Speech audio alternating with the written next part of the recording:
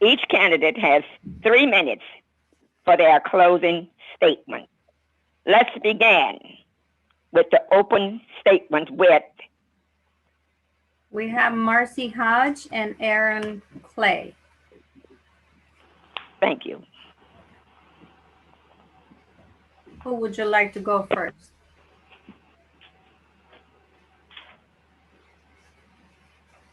Marcy, why don't you start? Question 1. Good evening. Introduction first, Mrs. Green. Opening statement. Go ahead, Marcy. Okay, thank you. Again, I'm glad to be back once again for the Elmhurst Community Forum. And thank you again for the open door. My name is Marcy Hodge, and I am a candidate for the Oakland City Council District 7. District 7 is in dire need of new representation and someone that we will be choosing who needs to be responsive, who is going to be on the ground to work on the many challenges that District 7 is facing. That is from graffiti, homelessness, affordable housing, unsafe driving, pedestrian passageways where many pedestrians are in danger. As a lifelong resident of Oakland, I have had the opportunity to see Oakland at its best, as well as watch the decline of District 7. And it hurts my heart to see my community in deterioration and erosion. And so that's why I am running. I served 8 years as a community college trustee with Peralta Community College. And there I fought to ensure that we eliminate waste and to ensure that funding was put back into the classroom. Also fought to ensure that we offered many subsidized classes and evening classes for seniors to be able to have access to all of our 4 colleges. I also demanded for better fiscal accountability. And I fought against and led the fight against the international travel scandal, where a lot of money was being expended towards recruiting students internationally to our Peralta colleges. And I was also instrumental in the realization of the new Berkeley City College, as well as the expansion and refurbishing and new building expansions at Merritt College, Laney College, and Alameda College. My platform is to fight blight removal, homelessness, safety in our neighborhoods, and job creation here in the District 7. Thank you, Marcy. Aaron Clay. Yes, thank you. Thank you, Gladys. Thank you, Maria, for allowing this opportunity to sort of reintroduce ourselves. So my name is Aaron Clay. I'm a candidate for Oakland City Council for District 7. And as CEO of a clean energy company, I look forward to a thriving, progressive East Oakland. As an Oakland Unified School District public school teacher in East Oakland schools, I'm motivated to make this a safe and encouraging community for our kids. And as somebody who has helped families stay in their homes against foreclosures and illegal evictions, I'm uniquely qualified to help usher District 7 out of an ongoing housing crisis. So my goal is to change East Oakland into a safe, healthy, vibrant community by 1, prioritizing housing for all of our residents, 2, creating a strong economic job base here locally, and 3, improving our community health. I was raised and educated in Oakland, graduated from Oakland Public Schools. I graduated also from Morehouse College and attended Loyola Law School, where I received my law degree and Leadership and Service Awards. My entire career has been about strengthening our underserved communities. I practice real estate law representing churches and nonprofits, small businesses and families. I taught in East Oakland schools because there was a shortage of Black teachers. I mentored youth in juvenile detention centers. I started free community legal clinics for seniors because they couldn't afford attorneys. And I represented cities and counties on multi-million-dollar economic development projects. I'm the candidate that has the vision, the experience, and the courage to create real change by having created solutions on housing issues, having created jobs, and having worked successfully with our youth and developed award-winning business models around community equity and ownership. And I believe this is the type of experience that we need in District 7. So I respectfully ask for your support, your endorsement, and your vote come this election day for City Council person for District 7. Thank you. Thank you.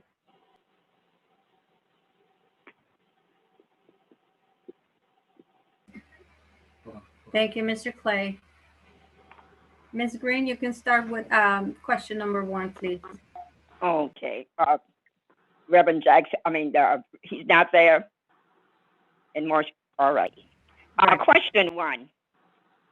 What do you see as the top 3 priorities for District 7 and why?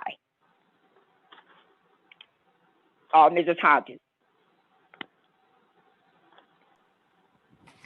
Blight removal, homelessness, and safety in our neighborhoods. I believe that those are top issues that we have to tackle. Blight removal the blight itself creates a chain reaction where it welcomes in a high, concentration of just unsafe streets. It brings in additional encampments, and then it's just an environmental safety hazard when we have trash that is being dumped throughout our neighborhoods. And so I propose that we fight to clean up our streets. I'm working with the Beautification Council to work with the district attorney, sheriff's office, and the OPD to clean up our streets. It's a pilot program through the Alameda County, and I believe that it's a great program. It has certainly helped in my neighborhood to get our streets clean where there is a high propensity of dumping. And we have to work on getting rid of the graffiti, the trash, and create a different culture where people understand that they will receive fines and as well as be charged by the DA for the continuation of dumping in our city. Homelessness, of course, is another issue that is expanding throughout the city of Oakland, most especially in District 7. And it's an issue that has to be tackled with. I do support the current policies that are being put in place where homeless encampments cannot be within 50 yards. I support greater distance. Just from my own experience, homeless encampments bring about a lot of unsafe activities. It's unsafe for the homeless themselves, and we've got to create and contain spaces so that we can have homeless and those who are unhoused in areas that are safe, that are clean, and that will provide them the kind of easy access to services to move them out of the state of homelessness. And then safety in our neighborhoods is, yes, safety in our neighborhoods is last. Thank you. Mr. Clay, what do you see as the top 3 priorities for the District 7 and why? Yes, thank you. So I want District 7 to be a safe, healthy community. So my top 3 priorities are housing, economic security, and community health. So first, housing is foundational for a stable community. Without housing, it's hard to maintain a job. Without housing, you can't it's difficult, I should say, to raise a family. And without housing, the risks of getting sick are exponentially greater, as sort of shown during this time of COVID and toxic wildfire fumes. So we have to have a strategy that provides housing that's adequate, meaning that a lot of our housing is an older housing stock and it's actually causing health problems because there were budget cuts around rental inspections. We have to have housing that is affordable. And when I say affordable, I mean for current residents and not just affordable by the federal definitions, which is $105,000, which is not really relatable for a lot of District 7 residents. And we have to have housing that's accessible near jobs and amenities. But to do that, we also need to create economic security, meaning we need jobs that pay well enough to take care of a person's basic needs, food, shelter, healthcare, transportation. We need good, sustainable living wage jobs that provide benefits and aren't harmful. So that means bringing in companies that really provide a benefit and a good fit for our community. And we also need to provide stronger support for our local businesses and help increase their capacity to do business. And that's legal, financial, and marketing, and help them make that transition to sort of post-quarantine. And then lastly, community health. I think COVID has shown that, you know, our community is weak in many areas, and COVID has sort of created shown how weak we are. And so we need to really develop more preventive health measures. We need to change the structure. We're just far more at risk because our community is not able to work from home as much. We're the essential workers that have to catch public transportation. We're the ones that have higher risk because we have pre-existing conditions because of, diabetes and depression. And so those are my top three things. Thank you. Thank you, Mr. Clay. Reverend Jackson, is he there? No, I believe we be with Marcy and Mr. Clay only. They haven't logged in yet. All right. Okay. So we will continue with the second question. The second question, do you support Measure RR and why? Mr. Clay? Measure RR? Yes. I don't want to guess at that. Which one is that, if I can ask? It's to increase the fines or to illegal dumpers. Oh, the $1,000, increase it above the, oh, yes, I do. And that's, I think sorry about that. Part of the solution around dumping is because, it's, especially when people coming from other places and doing commercial dumping, it's much cheaper, much easier to sort of disrespect our communities. And I do think that, especially for repeat offenders, we definitely need much higher fines to be a deterrent. Yes, absolutely. Is that right? Yes. Okay. Marcy? Yes, I do support the taking the cap off the $1,000 fine. I believe that we should start at this point at $5,000 and up to $10,000 for second offenders, because this is becoming a real health hazard and community hazard, physical hazard, mental hazard to residents in the city of Oakland. So we definitely need to move beyond the $1,000 and really increase those fines so that people begin to understand they just can't come into the city and use us as a dumping ground. I live in a neighborhood, have a home in the neighborhood on 102nd, where there is just consistent habitual dumping day to day, where we have large rats running around. I've seen even up to the degree of a dead chicken. And it creates just havoc in the neighborhood, and it shouldn't be anything that seniors nor kids have to walk through going about their day.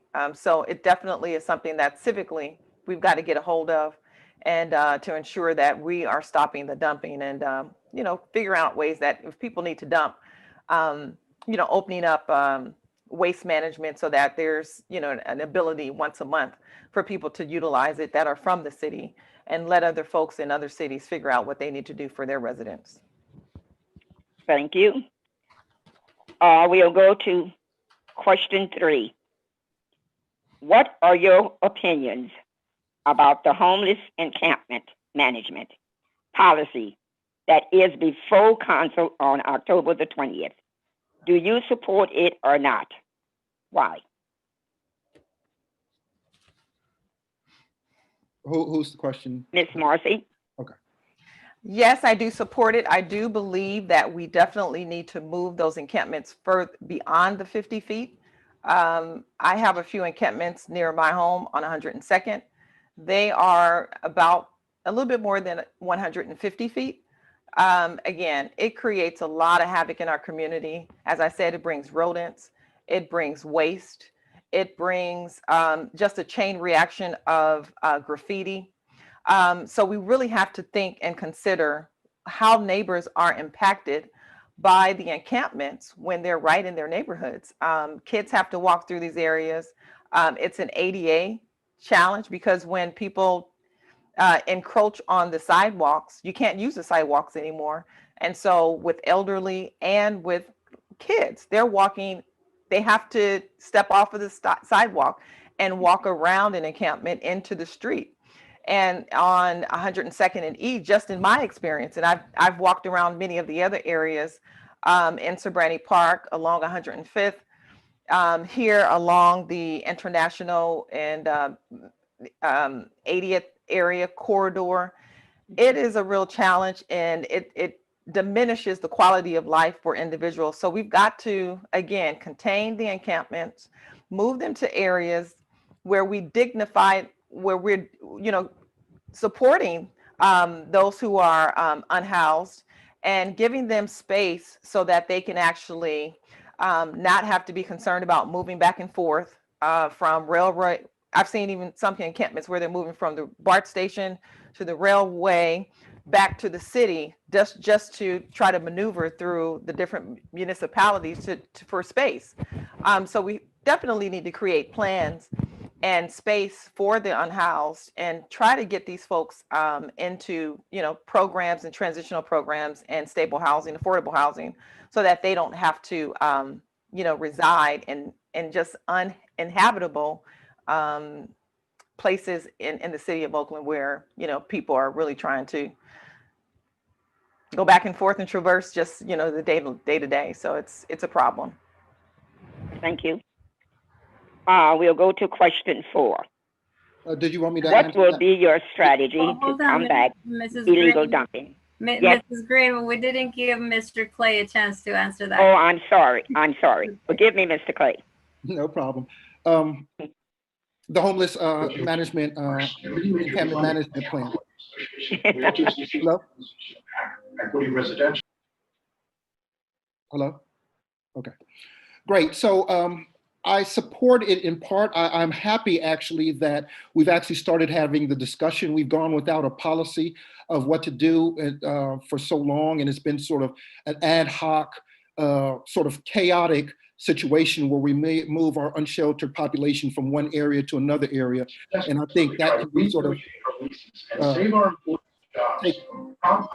Can you please mute yourself? Prop I pours millions of taxpayer dollars into a city hall slush fund with no protections for how politicians use the money. Hello. Sorry about that, Mr. Yeah. Clay. Go ahead. Sorry. So I am happy that we're actually starting to have a real discussion around it. And like Marcy, some of the pieces I agree with. I worked and taught school at Markham, where right near Eastmont Mall, where we had homeless people living in their car. And, it's a difficult situation to have kids asking, why is that lady changing her clothes in her car? Or I see that lady naked, and, for a 10-year-old and 9-year-old kid. So I think we absolutely have to have a situation where they're not near kids, where they're not near certain residences. But I also question, because it's a plan full of what we shouldn't do, and it has very little about what we should do. So what areas does it leave? Because it says not near 50 feet of businesses, but there's some businesses that take up a whole block, and I wouldn't consider those high sensitivity businesses, because there's nobody in our industrial areas. There's nobody walking down those streets. There's no real business, because it's just a side of a building. And then also it says no generators, no electricity. And so, but it doesn't provide solutions. It's not a solution based as much as I would like. And so that's where I would like to see the conversation go. Maybe some solar tables, something so people can charge their phones and be able to respond to job interviews and other things like that. And you really don't see any of that in the plan. It's a plan where it says, these are the things we don't want, but it talks very little about the things that we need. And that's what I would like to see moving forward. But I'm glad the conversation's been started. Thank you, Mr. Clay. Sorry to have passed you on the first time. No. We'll go to question 4. What will be your strategy to combat illegal dumping? Mrs. Marcy. Yes. Again, the Alameda County Beautification Council has a great pilot program in place that expedites the removal of any blight. It also gets to know different individuals in the encampments and understands very clearly on how the homeless have become, to a great degree, very strategic in understanding that they can move from the city sidewalk, and when it's time for them to be moved from the city sidewalk, then they move to BART property, and then when they're moved from there, then they shift to the railway. and then it just kind of goes back and forth. So that's why I say that we really have to create areas so that we can try to really support stabilizing the unhoused. But again, the pilot program works with the sheriff's department, the district attorney, the OPD, as well as Roots Community Services and other different, agencies to help to support not only ridding the city of blight, but programs that are going to really help to get a hold of the illegal dumping. And so one of the challenges that we have is when the dumping is, well, first, Oakland has just created a culture that is allowed. The fines have been low, if at all, and we really have to sift through that paper. I know that I watched an individual the other day go through a lot of the dumping and the paperwork and pulled out a lot of different receipts. And most of those receipts were not from individuals from Oakland. I mean, we're looking at receipts from like San Leandro, Hayward. And I think for the most part, most residents, Oakland residents, intuitively know that it's not the majority of dumping that it's being that's being placed on the city by Oakland residents. It's folks that are just know that, Oakland has a permissive culture that allows for this. And so we've got to definitely get those fines increased, work with the DA to begin to we need to educate, eradicate, and enforce. And I think with that and getting these streets clean, because just the other week they moved trash, and then the next day, that I guess in the middle of the night, there was trash back outside, right outside the door of my home. So, again, the Beautification Council has a great pilot program that can be duplicated throughout the city of Oakland and throughout the county. Thank you, Marcy. Thank you. Mr. Clay? Yes. So I think with illegal dumping, we have to have a multi-pronged approach to stop it, and it has to start with the community. A lot of the dumping, it's believed, is coming from people outside our community. So we have to incentivize our community to be on the lookout, to try to identify those perpetrators and make sure that they're prosecuted. One of the things that I would suggest is work with the city attorney, the district attorney, and create a blight court. One for landlords who don't keep their properties up to code, which sort of provides that same visual neglect in our community that ought to be changed, and for people caught dumping garbage on public and private property, and have heavy fines, have a judge, just like a housing court or a divorce court or other types of court. We should have a blight court until we get this under control and people know that we're serious about it here in Oakland, and they can't just come here and disrespect our neighborhoods, our communities, and our families. I think we should increase the fines for repeat offenders and sort of copying the sideshow violation model of impounding vehicles involved in dumpings for 30 days automatically. We catch the license plate, we either issue a citation then on the spot, or we confiscate the vehicle after we research that license plate, and if we can prove that the dumping was done. And I think, we have to start in certain communities. If we can create one community, one precinct, and start making that area totally off limits and have some cameras on hot spots, we can quickly expand it and scale it outward to the rest of East Oakland. But we have to get started showing other people that we're serious about this issue and that we care about our community. Thank you very much, Mr. Clay. We will go to question number 5. When you hear this word, what are your thoughts? Oakland Coliseum Arena, public land. Ms. Marcy. When I hear that word, I am definitely opposed to the sale of the Coliseum. I believe we still have an opportunity to try to work out, the city of Oakland, to try to work out a deal with with the county and the Fisher family to just halt the sale of that, and it's public land. And we know here in the city that we're talking about affordable housing, and if affordable housing really is a priority, then that land should not be sold to anyone. If anything, we need to hold on to the land. And I, would even go for leasing the land, but we need to fight to make sure that land isn't being sold. I understand that our current council person, Larry Reed, is trying to fast track the negotiations to sell for the city to sell the land. It's a land grab. It's a cheap deal. Oakland is not going to benefit from it. And we need to just ensure that we try to get the injunctions that we can get, so that until a new council person steps in, then we can really echo the voice of concerned citizens who don't want that land sold. If citizens are paying taxes, why are our voices not being heard on this issue? It shouldn't be sold.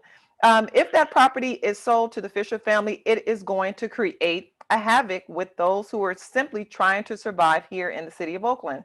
It will drive up prices because a billionaire family is not going to just sit on that land. They're going to develop it to try to sell it to the highest, bidders, whether that's for commercial housing or, whatever it is, whatever their idea is for that piece of land or to tech.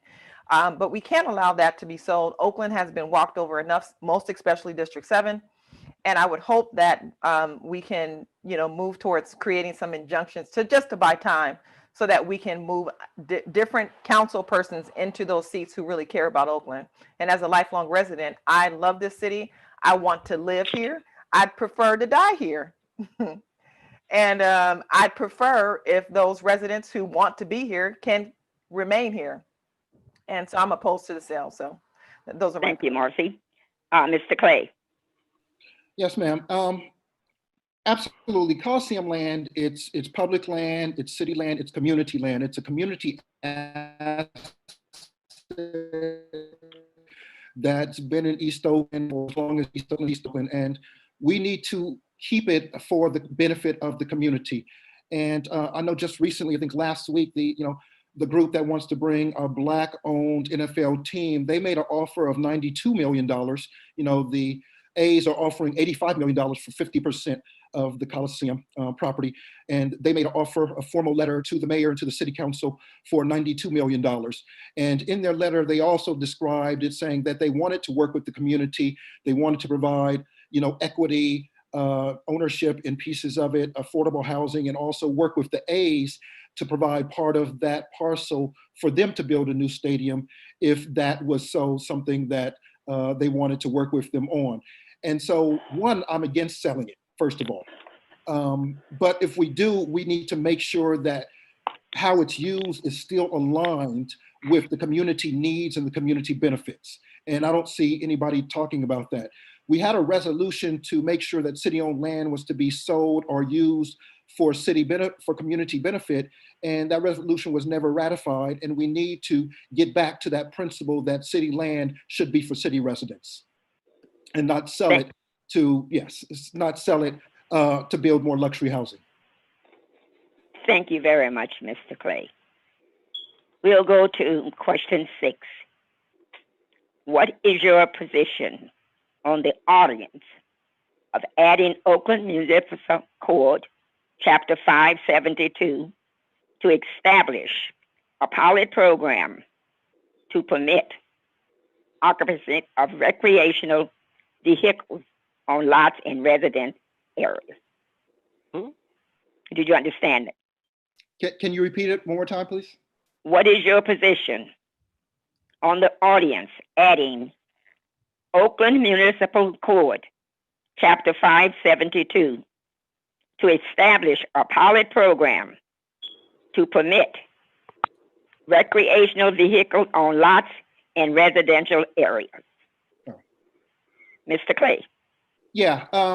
So it's interesting that the proposal that you speak of, once again, I like that it's, people are trying, but the policy only allows one recreational vehicle per parcel, because, you have to deal with sanitation and sewage and electricity and other things like that to make sure it's up to code. So, if it's able to make an impact, it's not going to be a huge impact. And so I would be curious to know, the staff report that was done, what kind of impact this policy is intended to make. But saying that, I know that we have a serious problem with our unsheltered population, a lot of people living in recreational vehicles. And one thing I found out, I try to go out and talk to as many people as I can. And I've talked to people who live in their recreational vehicles. And one of the things that they say is the reason that they're parked on the street and have to move around because the police come around every few weeks and tell them you have to move is because they're not allowed in RV parks. You know, vehicles over 10 years old or over 15 years old are not allowed in sort of the traditional RV parks. So they just have to find a street and a place to put them on. So if we can get them off the streets, I'm absolutely for that. To make sure that we don't have the environmental damage from, you know, leaking oil and other pieces of the sewage on our streets. But, you know, there's still pieces of it that we need to work out. It's not the whole solution, but I'm glad that it's being considered as a pilot program, and we should see how that, we should follow that and see how it works and where we need to tweak it or scale it if possible. Thank you, Mr. Clay. Marcy? Yes, there are a lot of challenges with that ordinance that's being created. One of which is if it's a vacant lot, the city charges, I think, about $3,000 for any unoccupied properties. And it's asking that if you would allow for a recreational vehicle to sit on a vacant lot, then they would waive that $3,000. Well, if people have vacant lots and they can afford to build, they wouldn't have a vacant lot. So that's one thing. For some reason, I believe the city council just considers everyone in the city is just a wealthy multimillionaire.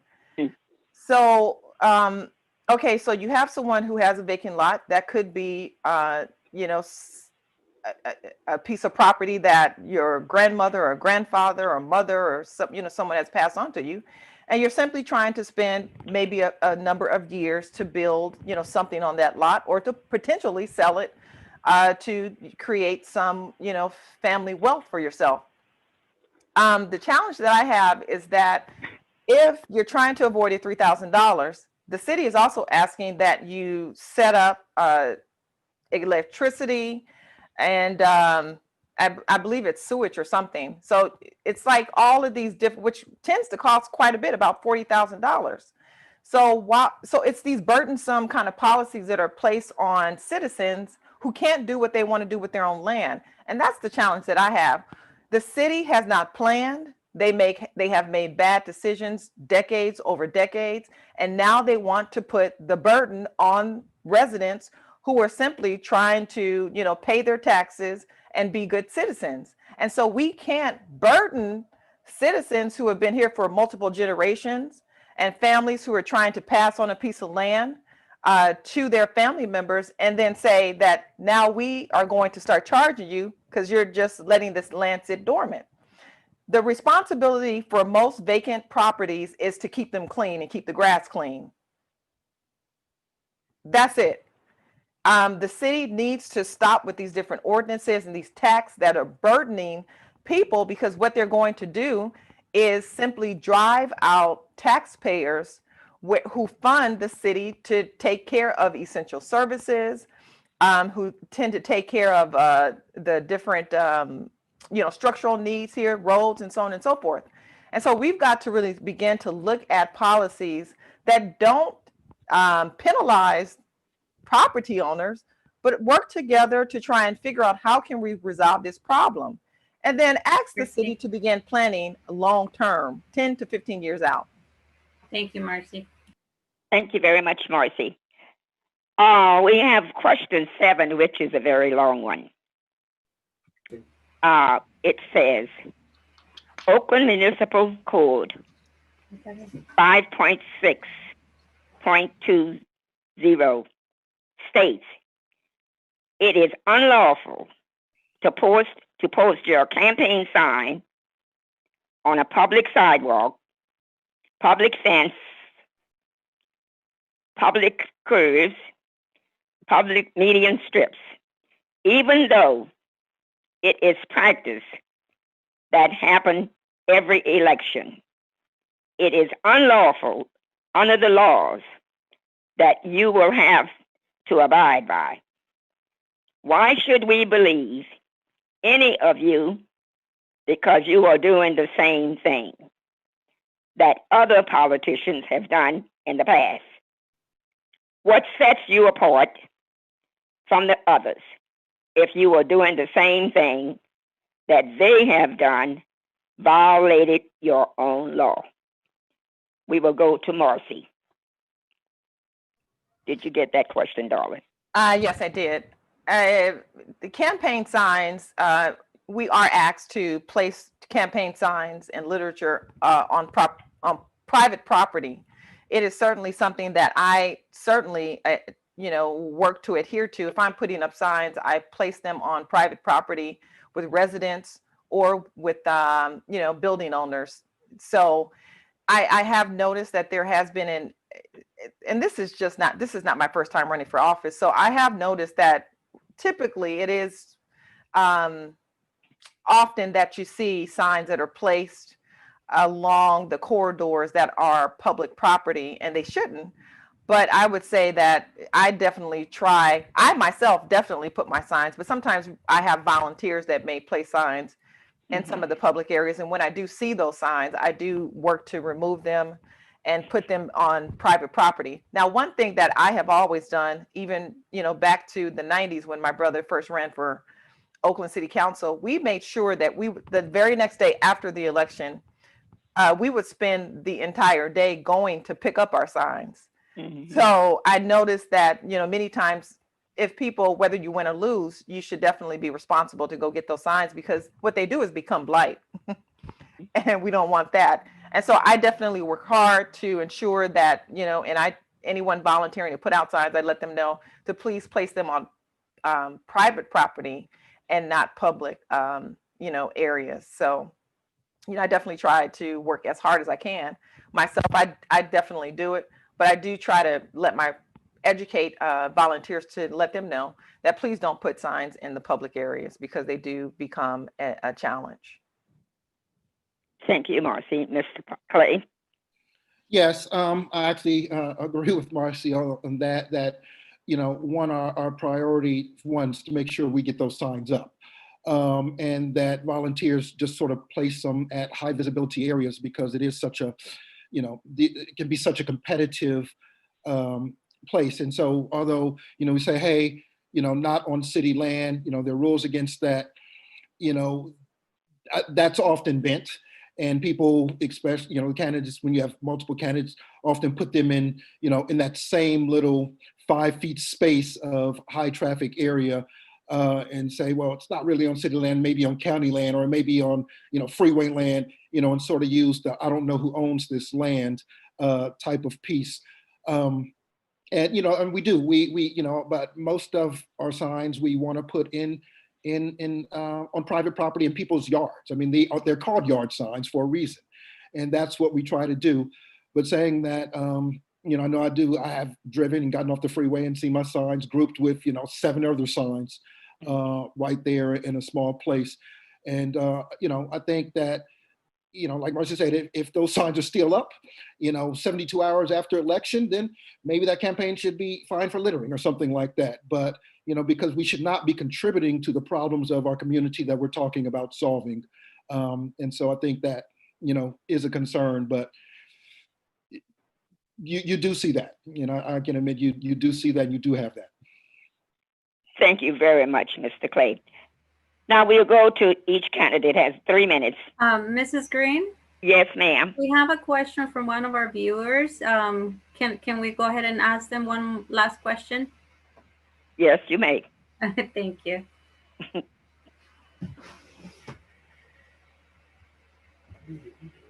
Who is the individual? How do you plan to juggle your current responsibilities, careers, and the seat, and stay present and engaged? Marcy? I'm a workaholic, so it's easy for me to juggle multiple things because I am a business owner and I have staff. I set my own schedule. I definitely will be having a really good facility manager to manage 2 of the homes, and so they'll be traversing back and forth between the 2 programs. But because I am the business owner, I'm usually on call 24 hours. So for me, it's more about staying connected to my phone, which I try to answer all the time because I don't like returning phone calls. So typically most people are able to get a hold of me right away. But for me, handling my business items, I have to leverage technology. And so if I have to do something with my staff, right now we've shifted to, meeting via Zoom. And so that gives me a lot of time and opportunity to kind of manage my schedule. The other thing is that, working city council is part-time. For me, it would be a full-time job because the challenges that we have and rescuing the district out of the state of deterioration and erosion is going to require that we that we sit in that seat as a full-time person, even though it's part-time. So that would be my commitment to the city, is that definitely I would work as a full-time council person to work on a lot of the challenges that we have and to get my staff acclimated to connecting with different city departments and the city administrator and getting to know everyone as effectively as an effective office. So that's my plan. Thank you, Marcy. Thank you, Marcy. Mr. Clay? Yes. So for me, when I become council person, it would be a full-time job. Currently, I started a renewable energy company that has a community lens, and community solar is something that the utilities here in California have been fighting against for years, although we have a community solar law. And so I don't have any projects in California because they're not allowed, but I have a project in New York, and I have a team in New York. My business model is to partner with community organizations. And so they actually do a lot of the heavy lifting, but I created the software and initiate the projects to make sure that that particular community receives all of the benefits. But I have a team, I have software people. I didn't create the software myself. I just created the company. And so it wouldn't be a problem for me. When COVID came and sort of cut down, or even before COVID, when we didn't have a project in California, I was working on a New York project. I started teaching in Oakland public schools. I mean, I like to stay busy and I like to do whatever I can to support and strengthen the community. So when COVID came, I was actually teaching 2 days a week at Grass Valley and a day at Birchhalter, teaching kids in small groups as much as I can. And so I wouldn't have a problem with city council being a full-time position, which I think it should be, with the condition of the city. Not only District 7, but the city has issues that need to be resolved. They require lots of discussions and have a solution-oriented lens to deal with some of these things. And so that's what I would do. Thank you very much, Mr. Clay. Now we go, I'm sure that's the last question. So we will go to each candidate has 3 minutes to give your closing statement. And sorry, the other candidates couldn't make it. Marcy? Again, thank you for this open door and this opportunity to be with you once again. As council person, my commitment is to Oakland and its citizens by establishing vibrant communities where families thrive, ensuring for affordable housing and access to high quality education, supporting the growth of local businesses who hire Oakland residents, eliminating bureaucratic obstacles that prevent our progress towards these goals.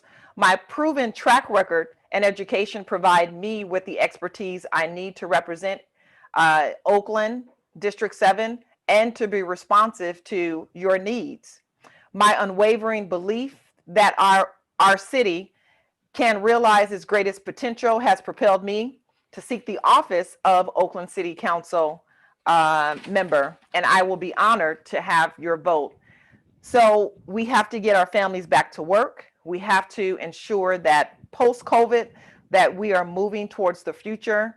I believe that I am a leader that can set us up to move towards the future and not be left behind.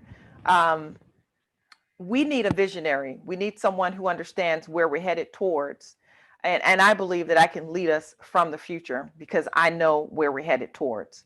And we have to leverage technology. We have to build out technology hubs, healthcare hubs, green jobs, green hubs here in the city of East Oakland.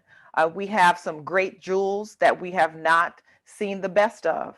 The Coliseum area, the Hagenberger corridor, the Foothill Square, MacArthur corridor. We need we need to revive the city of East Oakland, and I believe I can do that with a commitment that I have towards the city that I have been raised in, grew up in, and love, and have never left.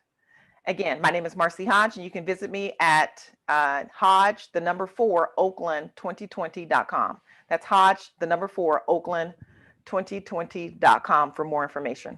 Thank you. Thank you very much, Mrs. Hodge. Mr. Clay. Yes, thank you. Thank you, Ms. Green. Thank you, Maria. I appreciate this, once again, this opportunity. And thank you, Marcy, for being here. Just us two, we get to talk. But, I have a vision, but my vision isn't, the answer. My vision is to engage our community. And that's what I think we need. When I walk around on a daily basis, when I was walking around getting my petitions, I talk to people and ask them, what do they imagine? What do they reimagine they want for themselves and their families now, in 10 years and 20 years from now, for their kids? And, then let's create that vision together, because I think we're better together. And we have to create, we have to have somebody who has that type of vision, but also the experience, who's done that type of work. And that's the problem solving that I've done in my career. I don't think any of us really know what tomorrow's going to bring, or where the city is headed. We're going to have budget issues that we're going to have to deal with. The city is going to be cash strapped after COVID. The state has a balanced budget requirement, so they're only going to be able to provide so much funding, and we're going to have to look to the federal. And depending on that, we have some real issues, and we need somebody who's going to be in office who knows how to problem solve, and who has problem solved before on a large scale. And so that's me. I have that experience. I know what it's like to be in District 7. I grew up in Oakland. I live here. I work here. I volunteer. I'm on the board for Youth Uprising at sort of Castlemont. I work in East Oakland schools, multiple East Oakland schools, and I've started a company here. And I think that we really need someone not just to talk about these problems, which you see, all of the candidates, not just this race, but all of these candidates during this election cycle. We talk about the blight, we talk about the abandoned cars, we talk about public safety. We need somebody just not to say this is wrong and they want change. We need somebody who has the vision and the experience and the courage to begin to change those things, bring solutions and bring wins now, and be able to reform, reimagine, and build for the people in District 7. And I believe that's me. I'm the progressive candidate that can create real change by focusing on housing for our residents, because I've done it, by creating a local economic job base, because I was a co-founder of Oakland Green Jobs Coalition, for doing youth development, because I worked with the youth, and for community health. And those are the pieces that I see that we really need to begin to strengthen in our community. So when the next crisis comes, we're not just out here dying in the streets and starving and being without shelter. We need to strengthen our community, not only now, but for the next generation. So for that, I ask for your support and your endorsement to make the vision of East Oakland a better reality for all of us. So my name is Aaron Clay, for a candidate for Oakland City Council for District 7. You can find out more about me at my website. It's clay4d7.com. That's CLAY, the number 4, letter D, the number 7.com. Thank you very much, and I really do appreciate your time. Thank you, Thank Mr. you. Clay. Thank you very much, Mr. Clay and Marcy Hodge. Mrs. We really Green? want to thank you two for being here today. Ms. Green. Ms. Green, Yes. we have one more. Do you want to go ahead and have us read it to them, or we should end it? From the community. Ooh, Came in from the community. yes. Go ahead. Who is it? It's Kimberly Guzman. She said, I'm sorry I tuned in late, but has anyone asked how they plan on helping small businesses? District 7 has a growing number of food, fruit stands. How can we help them and expand the spaces available for them? Marcy? Yes, as a business owner, I definitely understand the need for to be cash strapped, and I also understand the importance of having the kind of revenue source that helps you to maintain your business. And my proposal is to work with the city to ensure that we're getting the funding sources to our small businesses, working with the chambers to, tr- to ensure that for small businesses, they have access to apply for funding. I am a part of the African American Chamber of Commerce, and they were able to raise, or I should say, we were able to raise $1 million. And so organizations such as that, to lend that kind of access for small businesses to have, up to about $5,000 or $10,000 is important. Also, the Chamber of Commerce, we've got to bring all these chambers together so that we can work together, so that we can help to sustain and support our local businesses. Without our businesses, it definitely changed the tapestry of the city of Oakland. In terms of space for the small fruit stands, we can always create spaces for and look for areas that will accommodate the fruit stands, where they're safe and in areas where don't have to be too concerned about the car traffic that's kind of speeding back and forth in certain areas. And then I also want to bring a farmer's market into the East Oakland area. Desley Brooks, who was the council person for District 6, she had a great farmer's market off of Mountain Boulevard, not too far from Mountain and what is that, 73rd? And it was a great opportunity for people to get together and to have not have to traverse all the way to the Grand Lake. We have space here on the East Oakland side where we can have those farmers market. And I would certainly, one of the first things I would also sit down with Lauren to talk about, who's the representative for District 6, is trying to figure out ways that we can really work together to build our communities up. Because Thank you very much. Mr. Clay. Mr. Clay. Yes. And then Mrs. Green, I'm sorry, we have another one of our. Oh, wait just a moment. Okay. Go ahead, Mr. Clay. Sure. So yes, small businesses, I mean, they're the foundation, one of the foundations for a strong community. And that was one of the pieces that I mentioned in the very beginning as far as my priorities was economic security. And economic security means not only working for a company to get paid a living wage, but also our small and medium-sized businesses. And we really need to, as a city, provide stronger support for our local businesses. And I think, that's once again, no time like now where COVID has really sort of devastated a good population of our small businesses. The construction of the BRT line over the past 2 years, combined with the quarantine, has really put at risk of closing over a majority of our Black and brown businesses in East Oakland. And that's something that we need to talk more about and figure out how we can sort of stop that flow of distress for our small businesses. I think we, as a city, need to help increase their legal, their financial, their marketing capacity. I think we can do that as a city with volunteer attorneys, volunteer financial advisors, to help them increase their capacity to do business and to get bigger contracts, but also help them make that transition to a post-quarantine life, so to make sure it's safe for their customers and that they can thrive and not just sort of survive through it. And I've had a number of proposals on how to move forward our small businesses, because it's really the small businesses that help build foundational wealth and generational wealth. And that's what we need to focus on a lot more. We have the land in East Oakland and District 7 that should be remediated and created for businesses to be used. We should provide, if we're going to have developers come in and develop things like the Coliseum or some of those other pieces, we should make sure that our community has equity pieces. So maybe they develop a certain number of turnkey spaces for small businesses to lower the cost of build out and maximize their opportunity for success. That might be a requirement of them coming to do business in our community and getting the tax breaks that they'll get through opportunity zones or new market tax credits. We need to make sure any investment comes in our community benefits our community, and that includes our small businesses. We need more partnerships, showing how businesses work with Peralta and with Oakland Unified School District and work study programs. There's a lot of things we can do to strengthen our businesses that I don't see happening now. And I think there's our solutions for that. And I would like to see that happen. Thank you, Mr. Clay. Now, what is the next question, my dear? One of our participants on this call raised their hand. I just want to acknowledge, and if it's okay with you, to let that person speak. Yes. Okay, go ahead.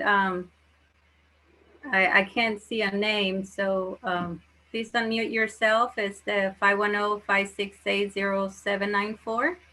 Do you have a question?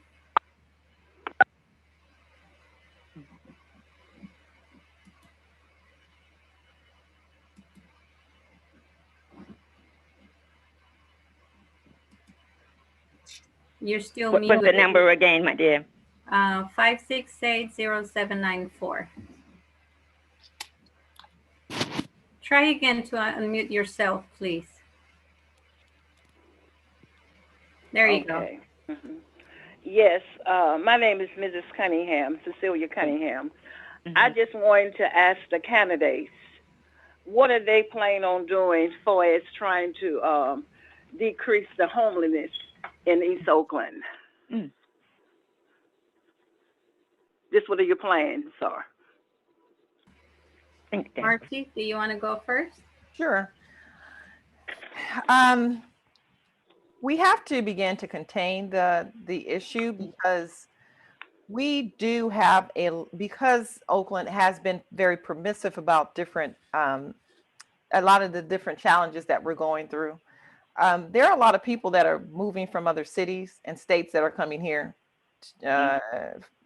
who are living on our streets. If you just kind of walk around in some of those encampments and begin to talk to some of the individuals and ask them about, where they're from and where some of the other folks that are from, they will, let you know that there are many homeless that are not from the city of Oakland. So that's one of the reasons why we really have to contain this so that we can ensure that we're actually taking care of Oakland residents. So that's one thing. The other challenge that we have is that a lot of the homeless are from state programs that have been closed, and if they were transitioned to housing, they have probably fallen out of that housing, have become homeless, or just don't want to be in confined spaces that require them to to abide by different rules and regulations. My proposal to really get a handle on a lot of the challenges with the mental health, because if you don't get your mind right first and keep them on steady medication, they're never going to be stabilized. So my proposal is that within my industry as a group home owner, there are a lot of programs, a lot of my colleagues who want to expand their programs or transition their programs to working with other populations. And my proposal would be to start a pilot program and to do RFPs to see if those residential programs are interested in applying.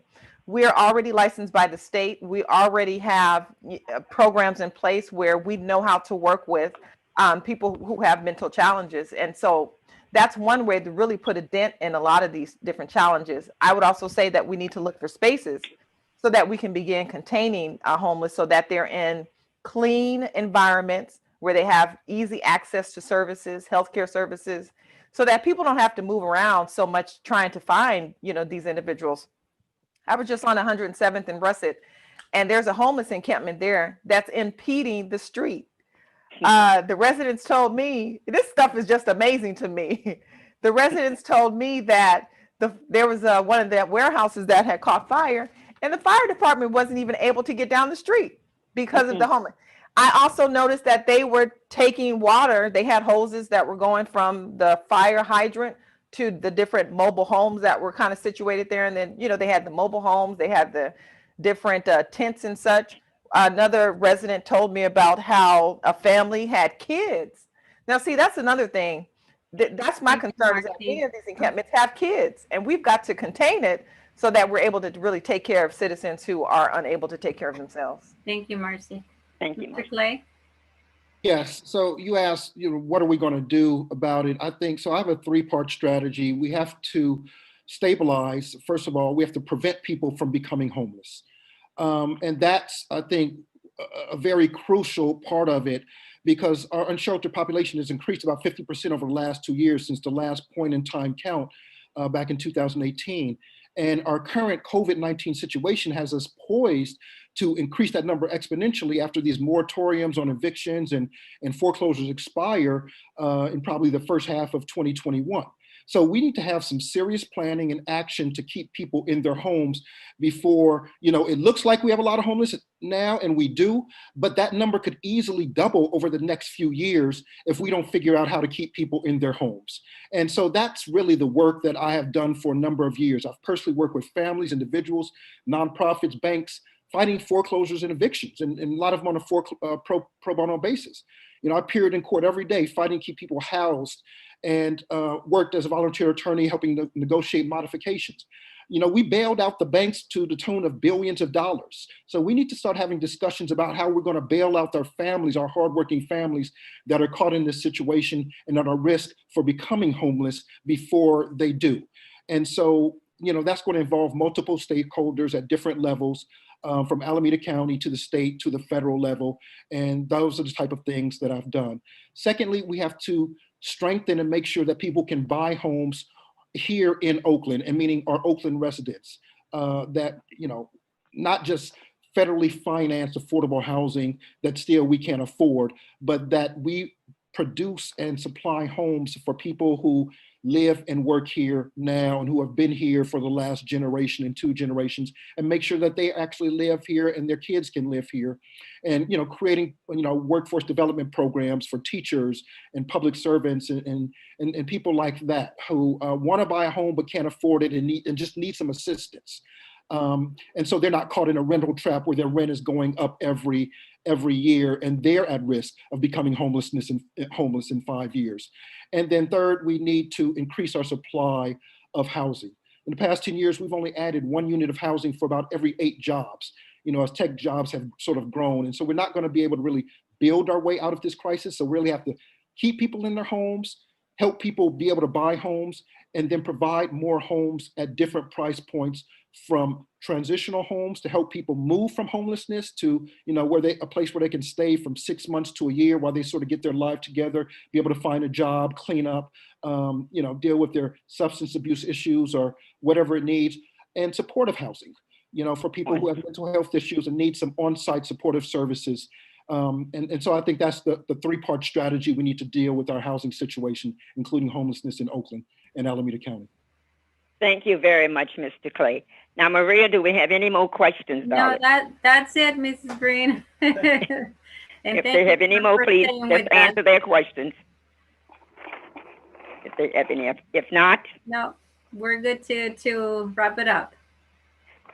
I want to thank each and every one for attending this candidate forum meeting tonight. And I'm sorry that the other 3 missed it. So we'll go on and have our closing. And thank you very much for attending.